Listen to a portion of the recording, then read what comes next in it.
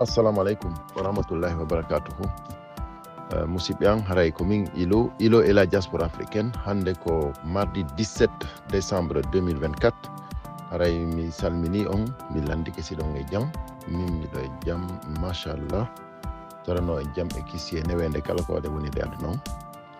haray mi yafino moƴƴa kadi e appel ji message ji ko mi wawali jabade kon taw haray toujours ko mi wi on ko yen wakkilo aray kala ko woni urgent kon kadi fillito addita message voilà han mi hawra e mudum parce que ino muusi no satti e ko non ko en wakkilo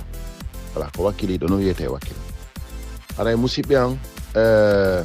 sayon no bado tum aray non mi senditi do yewtere ela sendo ko wadi ko computal mi yimbe buy senditi c'est très important yewtere nden jama on no doande jentitade moƴƴa très important hande on acci hakke no wodi himbe buy be famali yo Allah famimbe président Cellou Dalein Diallo be yewti do yewtere nden fam kala mo jentitaki yo jentito kala kadi jentitido famali yo yiltito jentito parce que be explica ni en ko gasata ko donc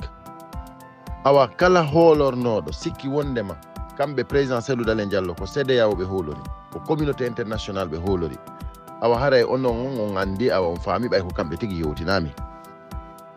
mi boyi non wolde do mi inni wata en compte e communauté internationale wata en compte e CEDEAO wata en compte e union africaine fi hondum parce que kambe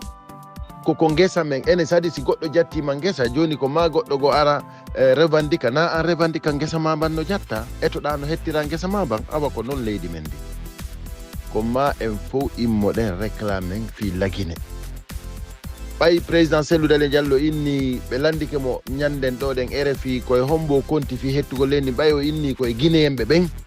koy guinéembe ben o yakori fi hettugo leydi ndi wobbe buyalti no critique min mi anda si tay jama on no miijitade e président Cellou koyo indu joni koye ivoirien jo ma malien jo ma burkinabé jo konti fi hettugo lagine ina ene je lagine mi yetike en na président Cellou Dalein Diallo je lagine ina force vive je lagine ko enen jeyi ko enen jibinande lagine ko an e min e oda e be jibinaka e tanira ko enen fo je lagine ina parti politique ina association ji lagine nous appartient il faut musibe am famen dum don sen famali dum don moƴƴanta en dey il faut que jama on anda lagine ça nous appartient hande Allah dandu goddu wadde do président Cellou Dalein Diallo ko hondum wieten si tay ko kambe holi de yo jattan en lagine juude be do il faut yimbe ben findina hakkille den détermino anda wondema lagine en ala nokku goburi don hande lagine no jasinede à tous les niveaux en wawata jodagol accire ngulamo e juude be on ne peut pas le faire en wawata dum don haray en jasi aduna fo hande no hutien ndare do den hay ko fejji do den hanki Maroc do den fi kafon ko jetti ballon d'or don jonni mo fala c'est-à-dire Sékou Guirassy guinéen jo attaquant jo mananda wona mane ala burdo mo makude do buji mi inni on o tawaka hay e sappo e go africain be meilleur be hay o tawaka to mais odo ko sabutun ko woni guinéen kon no laabi poy min ko portobe bembe mi wondi gaabe portobe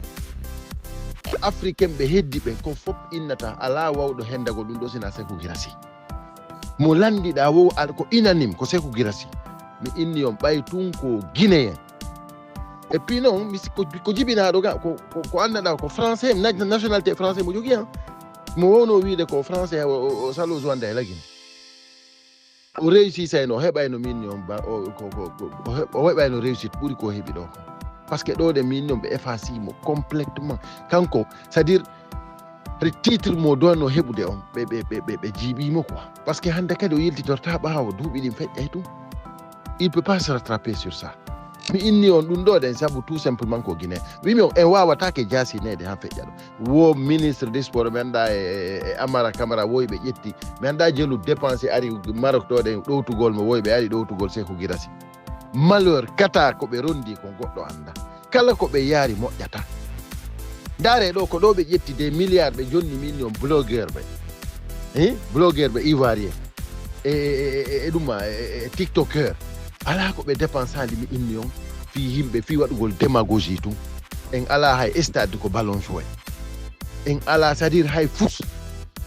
mi inni on hay fus ko mbuuɗi kala ko lancete fi démagogie ɗum ɗon hiɓe jogui organise ugol tournoi ji daro yima fi Mamadi Doumbouya préfet sous préfet fof no woni prêt délégation spéciale fof no woni prêt fi organise ugol Mamadi Doumbouya Mamaya mi inni en wondema ko il faut accen ridiculise gol hoore men fof andi wondema lagine kala ardiɗo koyo ƴettuɓe o ardiɓe o naada e nder gayka kanko o ƴetta otowal janal o ƴetta ɗuma kala ko andanɗa hoore ma ko ɗum ɗo ɗe woni ko weeli kon ɓe wuura ɓe ƴetta heddiɓe fof ɓe waɗa e gayde mi haalani on ɗum ko gila ko some hanko ley gila ko leñol hanko haaɗi mi inni on ardiɓe fof ko haaju mum jokki ko ɗum waɗi simi inni ko ma enen ardaɓe ɓen ardinen hakkil immoɗen daranoɗen hakkeji men ɗin andinen aduna Allah on lagine ko enen jeeyi na ƴettiɗo pinka ardi na kanko jeeyi ko enen jeeyi leydi ndi en wawata acciduɓe e leydi ndi hande kadi c'est terminé musidɓe am ɗum ɗo noon o message ɗo noon mi faalayon sakitanammo moƴƴa kadi ɓuuri ko wowi ɗo par ce que en hewti saye mo andanɗa hoore ma ni vraiment hande kadi en doit ka jeejindirde donc président Cellou Dalein Diallo wowli ko wowlete kon fof ɓe andini en wondema ko ma immoɗen fino gonga ñiɓira lagine ɓeɗo ɗen ɓe décidi kala moye tawtaliɓe ɓe adoto Allah e wonki makko message ji ɗin c'est clair est ce que on faami ɗo hina wigol wondema goɗɗugo déjà no noddita ɗo ɗen le 28 France ɗo si tawi hawri jama on no faara ɓay goɗɗo innata France ɗo ɗe wondema manifestation on sa ari ton ɗen hiɗa huuli goɗɗum ko manifestation autorisaɗo en jonnama autorisation place de la république fiyo guinéɓe ɓen fof ar nden ñande andinen aduna on ko enen jeeyi lagine ko lagine goɗɗo décidanta lagine hande hiɓe décidande lagine fi hon ɗum sa yi communauté international ɗuma fof mino bakkude fewnuɗo ɗe ni hay goto yaltinali griffe ji mum ɗin anduɗen position mum on tigui c'est parce que tout simplement ɓe reeni enen on kala ko waɗa ɗen en jaɓay awa haray noon musidɓe an onon jogiiɓe siɓɓe Europe ga France ɗo onon wonɓe wurde ɗo kala ko o message haaɗi ande wondema le 28 samedi 28 kala wonɗo France ɗo wonirɗa wo e nder province ji ɗi hiɗa dowa immade toon ara sacrifie ɗa ƴetta si tawi hawri ko ma dépense a 500 euros dépassant 500 euros ɗon ara ɗo ɗen digui wonugol de 13h à 16h de 13h à 16h place de la République ko kutuma wo yo kute waɗu on sacrifice ɗon fiyen hettu ngesa men ban leydi men ndin sen waɗali ɗum ɗon en gaynani immoɗen enen wonɓe ɗo ɓen fof enen e famille ji men ndi fof yalten mi yetike o musidɓe an hina sama kala mi woni e wolude si tawi en fijiri ɗum ɗon haray en anda ko waɗuɗen mi yiltito ɗon enen voilà on acci hakke musidɓe an toujours ko min ilo e la diaspora africaine yiltiti o mardi 17 décembre 2024 wata goto innu no haldidi e CNRD hay fusɓe waɗata sina kala doganowo Mamadi Doumbouya ɓe woni prêt hanki Timbi Madina oya honno wiyantelan ni ancien ministre Alpha Condé oya Koto Ama Thierno hari mo présentude ton parti makko Timbi Madina ton mi inni on ɓe adduno mi inni on pick-up je ɗiɗi ko ara empêcha ɗum ɗon à Timbi Madina c'est incroyable oui mais c'est incroyable mi yetiki on wata goto hoolor ɓeɗo kala ko waɗete kon sina fi Mamadi Doumbouya enen ko en huɗaɓe hara kala ko waɗete fi Mamadi Doumbouya ko ɗum ɗon woni haqiqa mi inni on maître école ɓe ɓen contractuel ɓe ɓen ɓe waɗi mobilisation ɓay ɓe halduno e Mamadi Doumbouya ɓe ƴettete ɓe yoɓete hay goto waɗanali ɓe ko haldano kon ɓe immike ɓe yehimi inni on ko ministére tombinuma de l'éducation ɓe inni ɓe manifestagol andina gouvernement wondema awa ɓe ko halda kon firtama police force de l'ordre donc ko ɗon ari nangi ɓe bastoni ɓe très bien nangi woɓɓe maɓɓe yehi maroy ko ɗum ɗo ɗen woni démocratie ko ɗum ɗo ɗen woni ko woni refondation ok Mamadi Doumbouya darike prêti serment yeeso lagine fof est-ce qu'on faami yeeso cour constitutionnel o yeeso jama lagine on fof o respectali imo jokki laawol makko ko ɗum ɗo woni refondation o awa mi andinayi en hunde wotere onon armé Guinée o si tawi on immaki asimuɗon responsabilité mon on sikki wondema koko Mamadi Doumbouya wona haldidede ɗo ɗum ɗo ɗen ɓe o respecté e ɗum ɗo on ɗayni hoore mon Mamadi Doumbouya ko ɗayni ko huuɗi yeeso laggine fof o sali o yalti e ngol laawol ɗon o jokki laawol go ko ɗon o andini en wondema gonga jokketake laggine hande kadi c'est terminé refondation on ko refondation fenande ko refondation puydam ko refondation jiiɓoldu ko ɗum ɓe woni e wadde refondation laggine refondation c'est que refondation mo anndanɗa hoore ma ni hay moral ala moral ji ɗin fof koye ƴette walline to hande kadi ko penale ɗen tun hikkinte yeeso ko refondation honɗum faala ɗon ɗum ɗo woni refondation onon ko ɗum ɗo fokkitan ɗon mimi onon haldiduɓe Mamadi Doumbouya waɗanayi on laawol onon haldiduɓe Mamadi Doumbouya o wallay on no heɓiron golle onon haldiduɓe Mamadi Doumbouya awa gila o waɗanayi on usine onon haldiduɓe Mamadi Doumbouya o waɗanayi ɗum ɗo e ɗum ɗo on kol mbi mayba min komi inni désobéissance civile on fuɗɗike ko onon andi mo be mon ko honde tuma fuɗɗoto mais fuɗɗinoke hay goto doit respectude CNRD on hande kadi mi yetike on hina préfet hina sous-préfet hina délégation spéciale hande kadi vous ne devez plus respecter on doit respectude hande kadi parce que ko kamɓe bonni saria on ko kamɓe inni hande kadi ko ɓe wino kon ɓe waɗata ɓe teyi pas joni musidɓe an ko honɗum faala ɗon d'abord si tawi hawri en wona conscient enen tigi wondema hiɗen duwa immagol darano leydi men ndi mais ko honɗum hande kadi duwaɗe wadde haray haɗay ko accitugol ɓe leydi ndi komɓen hunduko men fanke si tawi en wona conscient e ɗum ɗon wondema en duwaka accitude leydi ndin e sifa e juuɗe ɗi bandiji ɗo haray ko c'est terminé wimi hande déjà en hewti niveau mo anndanɗa hoore ma ni kala ko hiwno ɗon e juulirde e juulirde hiɓe jooɗi ɓe fonti deftere hiɓe duwanade Mamadi Doumbouya ko farin ɗaɓɓo ton aron hibbon e hoore maɓɓe ko nder juulirde ton waɗon ɓe boofo ko nder juulirde ton par ce que c'est pas normal en wawata jooɗagol fonta kaamilu inna yo ɓe hakkaɓe ɗo ɗe yo ɓe yimɓe kuɗaɓe ɗo ɗe yo ɓe ardo leydi ndi en wawata wadde c'est pas possible awa haray kala waɗuɗo ɗum ɗon ko contre laggine o woni o délégation spéciale o sous-préfet o préfet ɓe foppo maɓɓe wimi on koye fi Mamadi Doumbouya ɓe woni ko fiino Mamadi Doumbouya weltoranaɓe ɓe woni kamɓe ko position Doumbouya ɓe jogui mi haalani o mi haaltani o wata goto hande kadi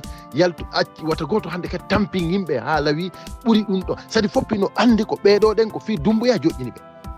ko si ɓe yima e fi Mamadi Doumbouya si ɓe wacce Mamadi Doumbouya si ɓe waɗana e Mamadi Doumbouya mamaya si wimi on hay présentation parti politique timmimadi ɓe addi pick-up je ko interdit ɗum ɗon est ce que on faami moƴƴa komi woni haalande ko est ce que on faami ko hay niveau hombo fokkita awa haray les choses sont claires soit on se lève ensemble on se donne les mains waɗen ko hande wadde kon yewtere président selludalen nden ala fus ko andanɗa hoore ma ni hiɗon doit sottude vous devez écouter si tawi hawri hiɗen faala jamɓe kisi e newede ko sifa ɓeɗo ardinten lagui si tawi ko homme d'état tigui en heɓata ɓuuri on fewdo ɗo en heɓata wimi on kamɓe ko ɓe inni ko faala ɗen ko lagine hara mo be suɓay mo faala on min mi suɓi sellu an suɓa mo faalaɗa oɗa kadi suɓa mo faala ko ɗum woni démocratie musidɓe an leydi hara ko mo bonna huɗa ko honɗum faala ɗen ko leydi yimɓe fenoɓe leydi yimɓe andanɗa hoore mani sa woli gonga tun haray hande kadi a ɗanotako koyeɓe nangue ɓe kidnappe ɓe waɗira ni honɗum Habib Marwan waɗi honɗum Fonike Mengue waɗi honɗum Billo Ba waɗi ene ɓeɗo ɗen ko kamɓe yeeyi Erguine ene ɓeɗo ɗen ko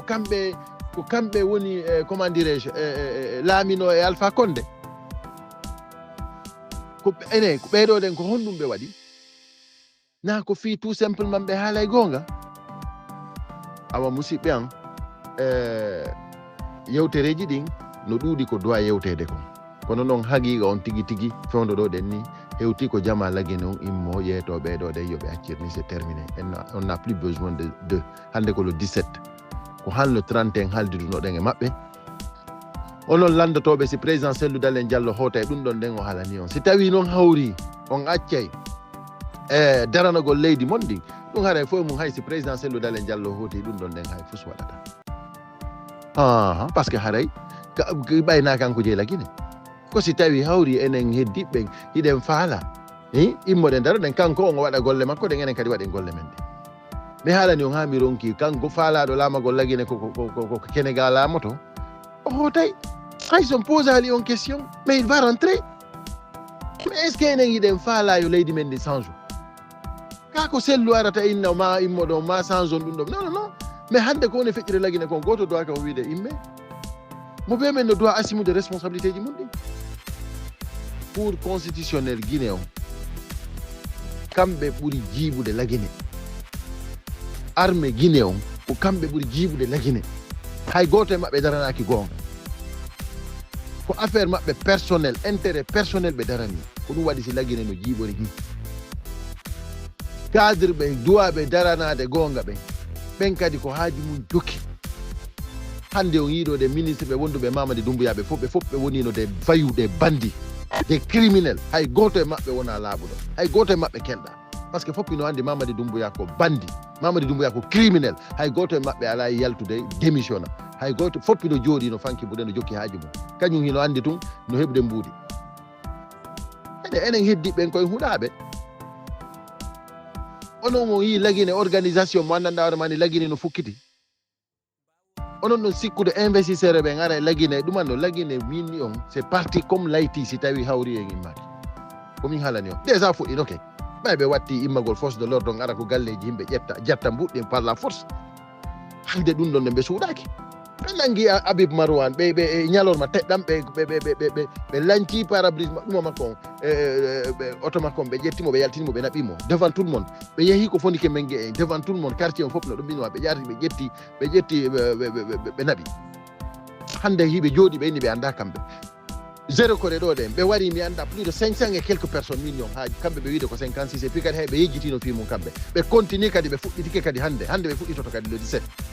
tournoi ji maɓɓe ɗi ballon o million attention est ce que enen hiɗen andi ko faala ɗen ko honɗum ko enen koye façon hun yimɓe om ɗum non c'est à dire trop c'est trop soit on assume nos responsabilités sina ɗum acciden ɓe leydi ndin un point barre c'est tout min hara ko ɗum ɗon minni le 28 ɗo ɗen si tawi guinéɓe ɓen no faala hettude Guinée jama Guinée aduna o fof anday le 28 ɗo à Paris si tawi jama Guinée no woni prêt fi hettugol Guinée nden ñande ɓangay ɗo ɗum ko teddungal e meɗen senditane e message ɗi jami kisi e meɗen